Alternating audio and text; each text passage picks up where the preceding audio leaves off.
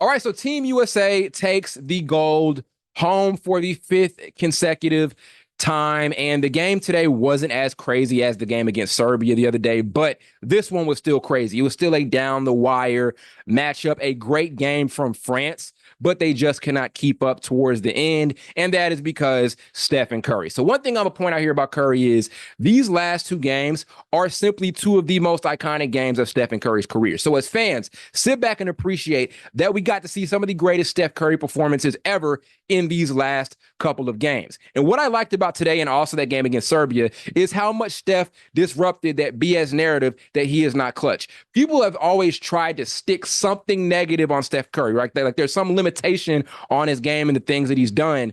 And the thing that people have run with is that clutch narrative. In my opinion, I don't see how you win 4 championships, 2 finals MVP, or excuse me, 2 league MVPs, a finals MVP, and now a gold medal without being clutch. People have tried for such a long time to say Steph is not clutch. At this point, that's not even a narrative anymore, right? And I thought it was a dumb narrative even before the Olympic Games got started. But at this point, there is no question about Steph Curry's ability to perform well late in fourth quarter situations in clutch scenarios. He completely took over. That shot he had where he was like fading to his right side with 2 defenders draped on him is one of the greatest Steph Curry shots of all time. Like, I think that's one of the top 10 Steph Curry plays ever, accounting for his time in the NBA and also on the FIBA Olympic stage and things like that. He was just ridiculous. Once again, solidifying himself as, in my opinion, the greatest point guard of all time. Unreal performance from Steph. And then there's LeBron at 40 years old, and people talk about this a lot, but it really can't be said enough. I think he was the best player for Team USA this entire way through. That's a team full of superstar players, a team full of the best players or some of the best players in the NBA. To see that he is still the alpha, he is still the guy, it's absolutely unreal. Like, there were some plays and moments in the game today where it looked like Miami Heat Brian. He had like that block in the first quarter. Then he also like had that drive to the basket and that spin move in the left-handed and one. LeBron still looks like he has not lost a step.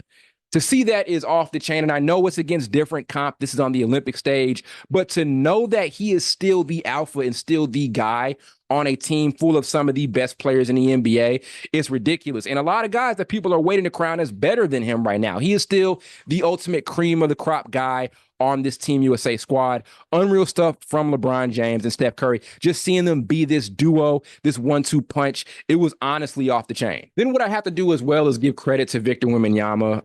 One big narrative coming into this particular game, and I don't really think people really were paying attention to it that much or as much as they should have been. This really felt like a passing of the torch type of game. I talked about it on my last video. The two faces of the NBA right now are Steph Curry and Kevin Durant, or excuse me, Steph Curry and LeBron James. Those are the two faces of the NBA currently. And Victor Wembanyama, in my opinion, is the future face of basketball, right? He's got every trait of a future face of basketball. Even though Team USA won, we did get an amazing performance from Victor Wembanyama. This felt like one of those pass the torch type of games. I don't know if I'm tripping. I don't know if I'm over exaggerating, but this definitely kind of felt like it, right? Like, if we go back and look, there are like these moments where we see like the younger guy lose against the OG, but still have his moments. So, for example, if you look at like the 1998 All-Star game, that was Kobe and Jordan. Jordan's team, I believe, won that game, and Jordan did have a relatively better game than Kobe, but that was still an iconic moment in Kobe's career, right? We've seen that happen a lot over the course of NBA history, where we see like these younger guys match up against these vets and these legends, and they may not win, but those games are still super iconic because they kind of symbolize those passing of the torch moments. That was kind of today with France and USA. It definitely felt like that. Even though France lost, as I said, Wemby still had this amazing game. And I think one thing that's so great about Wemby, along with the upside and the skill sets, is that even in his first year, he showed this ability to play up to his competition. Wemby, some of his best games of his rookie year were against some of the best players in the league. He had an amazing game against Giannis, amazing game against Kevin Durant, amazing game against Anthony Davis and LeBron James. He's always playing up to the competition. And in a high-stakes game like this, he did just that exactly. So even in a loss, give a ton of credit to Wemby for doing what he did. Unreal performance. And this is definitely going to be one of those iconic moments in his career. Like, if 15 years from now, Wemby ends up living up to the expectations that are set for him, right? This game is going to be one of those games that we look back at as a super, super important moment in his career. So I think the moments we got in this game symbolically are going to mean a lot in the context of basketball in the next like 15 years. This was a major moment, a lot of big time storylines and stuff that we just witnessed. As fans, I know a lot of times we focus on the negative, and I talked about that in a video I did about Jason Tatum.